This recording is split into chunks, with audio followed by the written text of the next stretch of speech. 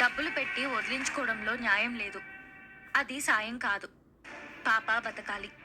అందుకే పాప బాధ్యత మనమే తీరు. లేదు బాస్, ఆ చెక్ ఇవ్వండి, నేను హాస్పిటల్లో చూపిస్తాను. లేదు ఉర్వశి, ఆనంది చెప్పిందే కరెక్ట్.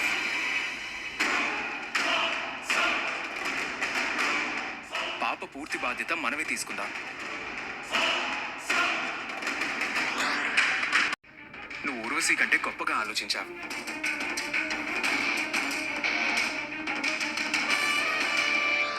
గాలి మొత్తం పోయిందిగా. అవునన్నయ్య, ఆనంది మేడం ఎప్పుడు ఇంతే గొప్పగా ఆలోచిస్తుంది. ఆదిత్య గారు, పాపని ఈ రోజే మనం హాస్పిటల్లో అడ్మిట్ చేద్దాం. ఈ రోజా? అవును, ఈ రోజే. అంటే అనాథాశ్రమంలో ఏమీ చెప్పలేదు, ఒకసారి చెప్పి తీసుకురావాలి. ఓకే ఉర్వశి, వాళ్ళకి చెప్పు, రేపే మనం జాయిన్ చేద్దాం. ఓకేనా? బావగారు, మరి చెక్ రాసేసారుగా? ఇంక ఎంత పనిచేసావానంది, చిల్లర మిగులుతుందో. ఈ పాప కోసం డొనేట్ చేసిన అమౌంట్ ఎవరిది వాళ్ళు తీసుకోండి. అంటే ఇవి కూడా పోయినట్టేనా? అన్నీ తీసేసుకుంటున్నారే. సేవ్ చేద్దాం.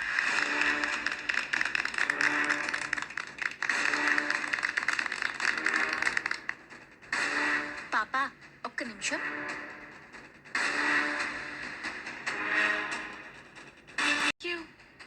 పాపా పద, నిన్నింటికి పంపిస్తాను. అనాథ శరణాలయంకి పద. ఊర్వశి, మర్చిపోకు, రేపు పాపని హాస్పిటల్లో జాయిన్ చేయాలి. అలాగే, నేను చెప్తాను. పద. అన్నిట్లో దూరిపోతుంది జీవన. అదంతేలే, మనమేం చేయలేం. పద, వెళ్ళి పని చూసుకుందాం.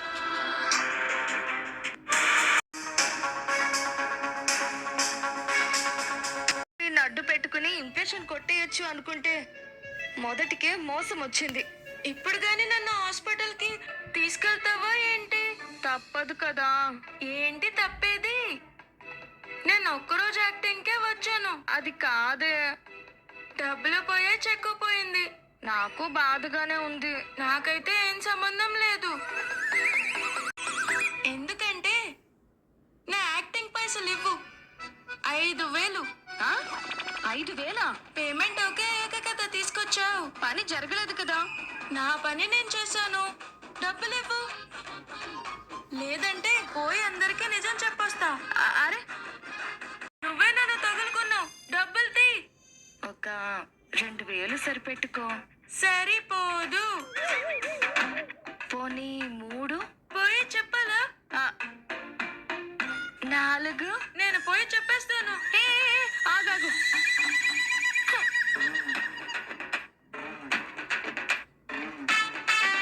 నువ్వే బాగుపడు. ఏడుస్తూ ఇస్తావేంటి? నవ్వుతూ ఇవ్వు. తీసుకా.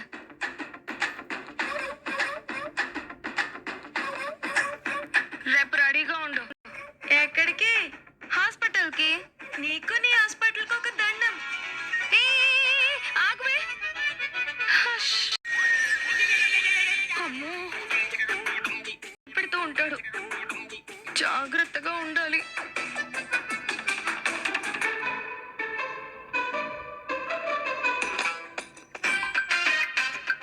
హలో ఉర్వశి గారు. చెప్పండి సార్. పాపేది? పంపించేశాను. ఏ ఊరు పాపది? అనాథాలకి ఊరంటూ ఉండదు కదా. ఏం పేరు? కౌసల్య. ఏ అనాథాశ్రమం? కస్తూరిబా. ఎక్కడుంది? దోమలగూడలో. అక్కడుంది అమ్మ అనాథాశ్రమం కదా. కస్తూరిబా కూడా ఒక అమ్మే కదా. ఆహా, ఏం చెప్పారు? నాకు లోపల పనుంది. నాకు కూడా ఉంది. ఆ పాప మీకెలా తెలుసు? నేను అప్పుడప్పుడు ఆశ్రమానికి వెళ్తూ ఉంటాను. ఎందుకో? అనాథలకి సాయం చేయడానికి. ఏం సహాయం చేస్తారు? పాత బట్టలు కలెక్ట్ చేసి ఇవ్వడం, రెస్టారెంట్ లో మిగిలిపోయిన ఫుడ్ వేస్ట్ కాకుండా అనాథలకు పెట్టడం. ఓ మీరు సోషల్ సర్వీస్ కోసమే పుట్టినట్టుందే. మనిషిగా పుట్టినందుకు మనం మనిషిగానే బ్రతకాలి, సాటి మనుషుల కోసం బ్రతకాలి. అదే జీవితం, అదే జీవిత పరమార్థం. అద్భుతంగా చెప్పారు. కానీ అనారోగ్యంతో ఉన్న పాపని మాత్రం ఒంటరిగా ఎలా పంపారు? అబ్బా. నిజంగా ఆ పాపకు ఆరోగ్యం బాగలేదా? బాగలేని పాపని ఒంటరిగా ఎలా పంపించారు? తన ఎలా వెళ్తుంది? అంటే ఆటోలో తీసుకొచ్చాను, ఆటో బయట వెయిట్ చేస్తుంది. డ్రైవర్ కూడా అనాథాశ్రమానికి సంబంధించిన వాడే. ఓకే, అయితే ఫోన్ నంబర్ ఇవ్వండి, మాట్లాడతాను. అతను నాలాంటి వాడే. పబ్లిసిటీ అంటే పెద్దగా ఇష్టం లేదు. నాకు వర్క్ ఉంది.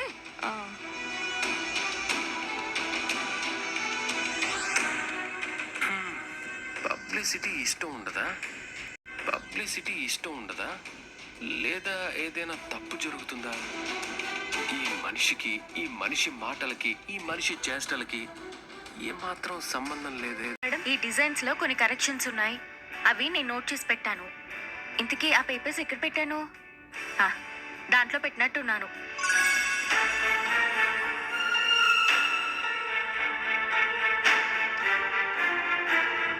మేడం, మీకు పెళ్ళయిందా?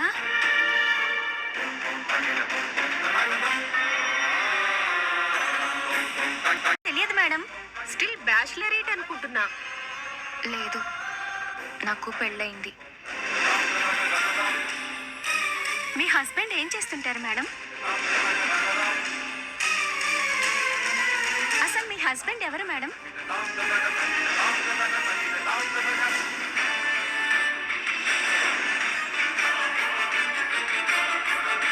చెప్పండి మేడం, మీ హస్బెండ్ ఏం చేస్తుంటారు?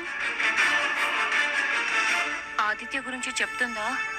చూద్దాం, ఏం ఫోటో చూపిస్తారా?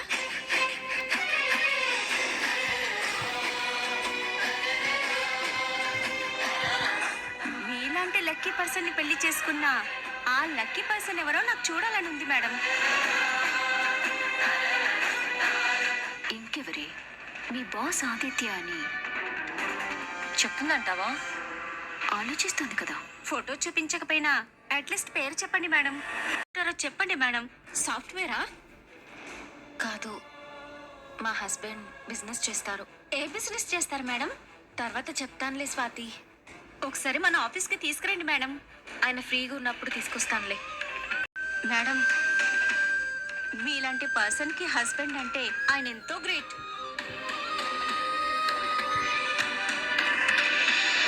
నువ్వు ఆ వర్క్ మీద ఉండు. Okay madam.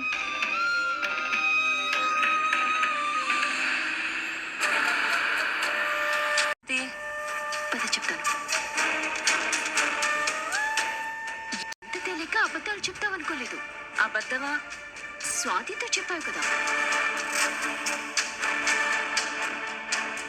నీ హస్బెండ్ ఎవరు? ఆదిత్య. ఎదురుగానే ఉన్నాడు, కానీ చెప్పుకోలేకపోతున్నావు. భర్త అని చెప్పుకోలేకపోతే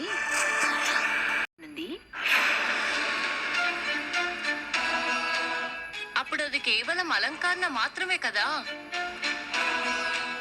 అలంకారమే కాదు, బరువు కూడా.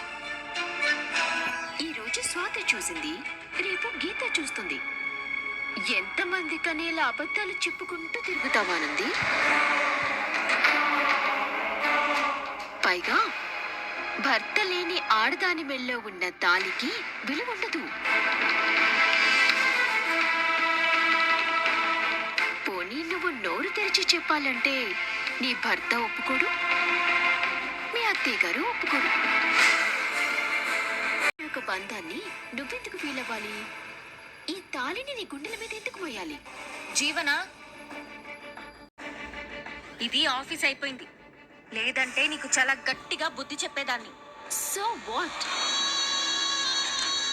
ఎక్కడైతే ఉంది, నీ భర్త ఎవరు అంటే చెప్పుకోలేని నీకు తాళిని మోసే అర్హత లేదు. నువ్వేమంటావా లెక్య? చెత్త బుట్టలో పాడేయమంటాను.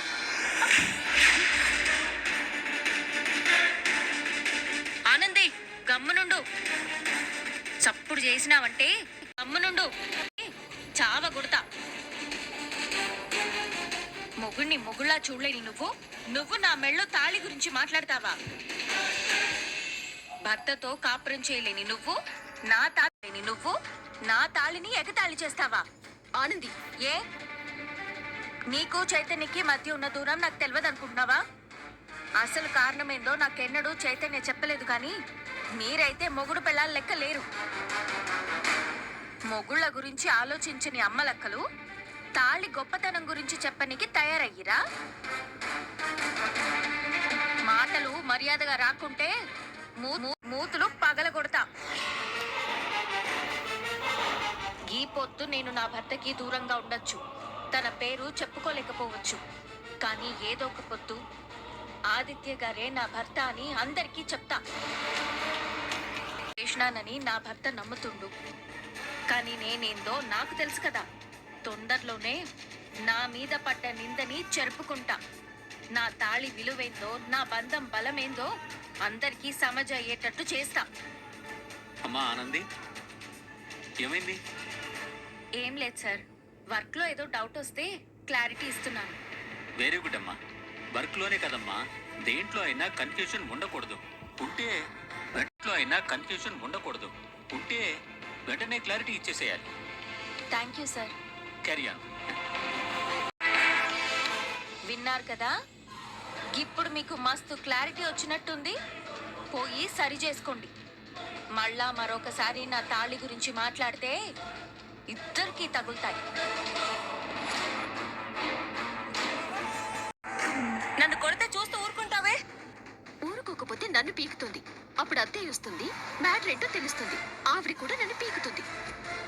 నోరు తెరిచి ఇంతమందితో పీకించుకోవడం కంటే నోరు మూసుకొని ఉండటమే బెటర్ అనిపించింది. పద, వెళ్ళి ఐస్ పెట్టుకుందు గాని పద.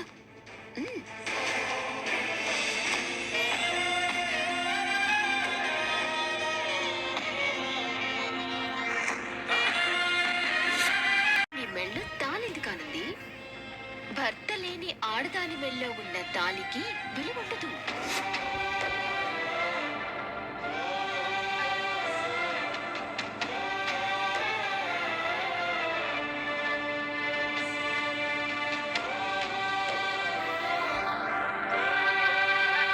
లేకపోతే ఆదిత్య గారిని నేను పెళ్లి చేసుకుంటాను. వీటన్నిటికీ నువ్వు ఓకే అనుకుంటే ఈ అగ్రిమెంట్ మీద సంతకం పెట్టు, మన పెళ్లి జరుగుతుంది.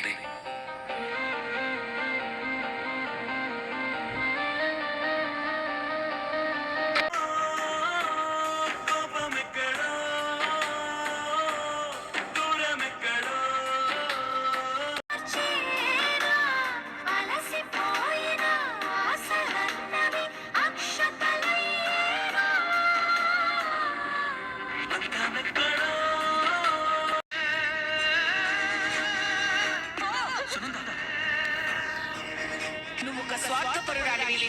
నీలాంటి మనిషికి ఈ ఇంట్లో ఉండే అర్హత లేదు. పోయి నుంచి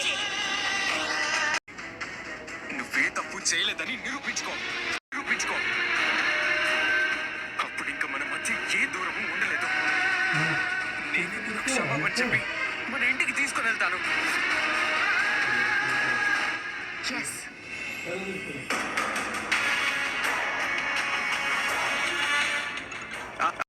చెప్పు మరి. యాడున్నావు? ఇంటి తానే ఉన్నా, చెప్పు. నువ్వు బిజీగా ఉన్నా సరే, గా పనులన్నీ ఇడిచిపెట్టేసిరా. ఏడికి? ఇప్పుడే బయలుదేరుతున్నా.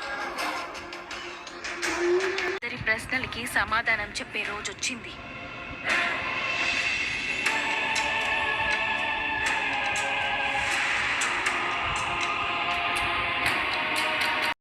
ఏమైందా మరి? నన్ను ఈడికి రమ్మన్నావు ఎందుకు? శ్రీతన్ పెళ్లి గుళ్ళో జరుగుతుందని నా పేరుతో ఫోన్ చేసిందెవరో జల్దీ తెలుసుకోవాలి సీను. నేను చాలా ఆఫీసులకు తిరిగినా అమ్మాడి, ఏడా అని ఎవ్వరు నాకు చెప్పలేదు. ఫస్ట్ ఇన్ఫర్మేషన్ వచ్చింది ఈ మీడియా ఆఫీస్కే అని నేను తెలుసుకున్నాను సీను. కానీ ఎవరికొచ్చింది, ఎవరు మాట్లాడారన్నది తెలియదు. గది తెలిస్తే ఫోన్ చేసిందెవరో పట్టుకోవచ్చు. తీసుకుపోయి ఆదిత్య బాబు ముంగట నిలబెట్టినావంటే కేల్ కథం దుకాన్ బంద్. కానీ అంత ఈజీగా ఇన్ఫర్మేషన్ ఇయ్యరు కదా అమ్మాడి. సీను, అడుగు ధైర్యంగా ముంగటికేస్తే శివయ్య ఏదో ఒక దారి చూపిస్తాడు. పా లోనికి పోదాం.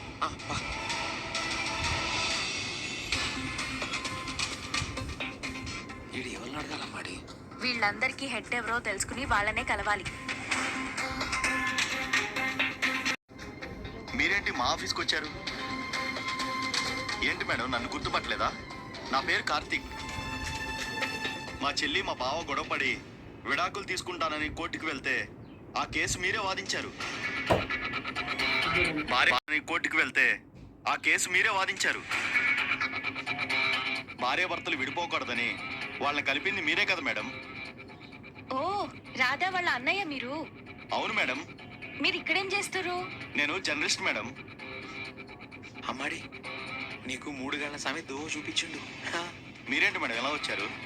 నాకు ఒక చిన్న ఇన్ఫర్మేషన్ కావాలి చెప్పండి మేడం, నేను సాయం చేస్తాను మేడం. వెంకటేశ్వర స్వామి ఆలయంలో జడ్జి గౌరీ ప్రసాద్ గారి మనవడి ప్రేమ పెళ్లి జరిగింది కదా. అవునవును మేడం, ఆ పెళ్లి మొత్తం కవర్ చేసింది మా వాళ్లే కదా. ఆ రోజు మీ ఆఫీస్కి ఫోన్ చేసి గుళ్ళో పెళ్లి జరుగుతుందని మీకు ఇన్ఫర్మేషన్ ఇచ్చిర్రు. ఆ ఫోన్ కాల్ యాడ్ నుంచి వచ్చిందో నాకు తెలవాలి.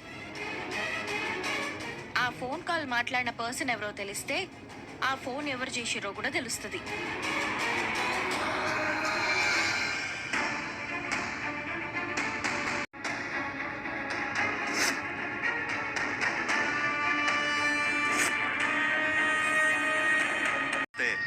ఆ కాల్ డేటా మొత్తం తీసి ఫోన్ కాల్ ఎక్కడి నుంచి వచ్చిందో చెప్తాను మేడం. అట్లాగేనండి. కార్తీక్, బోరబండ్లు ఏది ఇష్యూ అంట, న్యూస్ కవర్ చేయాలి. వెళ్దాం పదా. సార్ ఆగండి.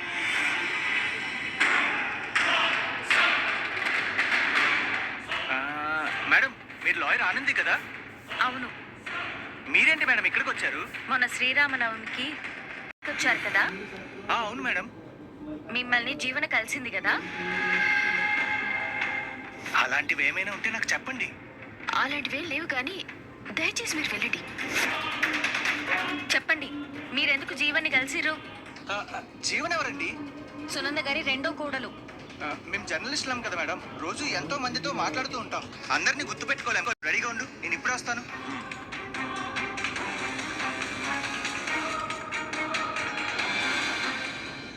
మీరు వెళ్ళండి మేడం, మీ ఫోన్ నెంబర్ నా దగ్గర ఉంది, నేను కాల్ చేస్తాను. థ్యాంక్స్ అండి.